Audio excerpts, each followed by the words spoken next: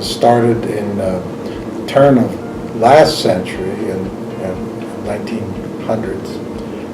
Was a produced soda fountain valves. It was known as Bastion and Blessings Company, and it was a Chicago-based company.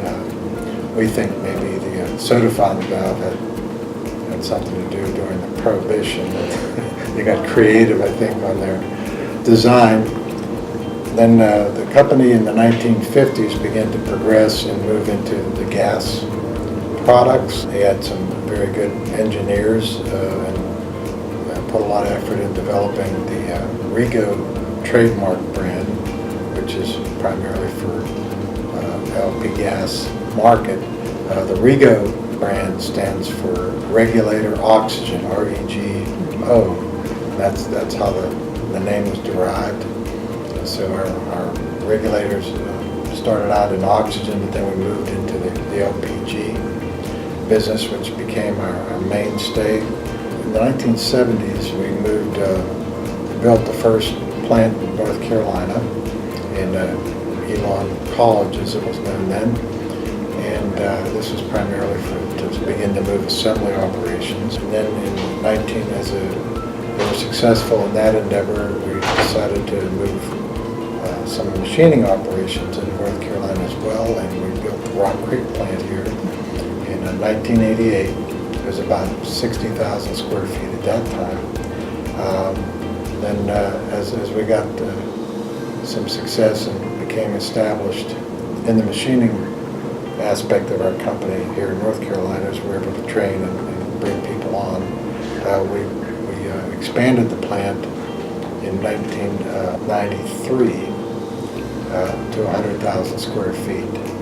And at that point, the decision was made to begin to shut down the Chicago operations. So at this point in time, most of the operations in terms of manufacturing and developing the products all reside in North Carolina. But we also have outlets established in Asia, Mexico, and Europe. We produce valves and regulator components for the gas industry. So we supply the LPG industry, we supply natural gas as well as industrial gases. Our components are brass, stainless steel, cast iron, ferrous iron. So we machine a wide variety of products. The vast majority of our products are brass. And this is one of the components that we make. We have high volume machines that produce 300 and 400 pieces an hour. We have automated machines with robots working on those machines. In this plant, we do the machining work for our assembly plant in Elon. So our Elon plant takes all the components that we machine. We buy some from other people, of course, and Elon assembles those components into the valves and the regulators and the fill valves, all the transport. Essentially, if you put a tank in the ground, we have all of the components that you run the piping to and from. That's what we do.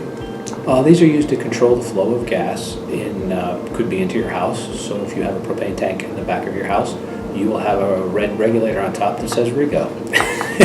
And that takes the high pressure in the tank and drops it to a low pressure for your stove or for your water heater or for your furnace or whatever you would using the gas for. It's the same in industry. As industry is using gas in a high pressure tank, and they'll have to drop the pressure down to use it in an application, whether that's oxygen or nitrogen or anything. Our regulators would do that as well. Transport tankers, we make valves and relief valves. So if the tank transport goes on a rail car or a truck goes over pressure, then our relief valves will relieve that pressure so nothing goes boom. Our products are very sensitive. We're very sensitive to quality. All our products are ASME and UL certified, and we do that because of the safety aspect of our products. We did a 10-year projection and saw that we have a huge workforce that is going to reach retirement age. And so we felt like CAP was a good way to be able to fill that. We have an opportunity to bring the students in, get them trained before we have that workforce to retire. So we felt this would be a win-win for us. CAP has been great for us because we've gotten two exceptional young men, Jace and Matthew. They both have a lot of dedication to the program. They're doing excellent in school, and on the job they're doing fantastic. Matthew works in our engineering department, so his work is pretty much sedentary, but he does drawings and things like that. Jace is able to be out in the manufacturing plant. He's working on robotics and different things like that, so they're adding a lot of value for us. And so that if we have someone who's retiring in that particular area, they will be able to step right in and fill that without any gap. We have a full gamut of benefits. We have your medical, dental, vision. We also offer the supplemental life and additional life, all the standard benefits, but we also have some added benefits like a health advocate. So if somebody files a claim and is unable to get that resolved, they can contact them for that. We have MD Live, which is like a teledoc that offers a free service, so our employees use that a lot. We have an EAP that employees can use in their family. So we try to offer a very variety of benefits and an extensive benefit package comparable in the marketplace. We have an EAP committee. We had an employee to pass away, and so we have a golf tournament that funds that foundation, and so we have that once a year. We most recently last year did Family Day at the Zoo. And before that, we did Toys for Tots for Christmas. And so they plan our activities throughout the year, and they're actually ramping up for our next activity this year. We're looking for someone who is going to be dedicated, going to be focused, who is committed to the program. That is going to be important for them because when they are working, this is their job. They're going to be earning a salary.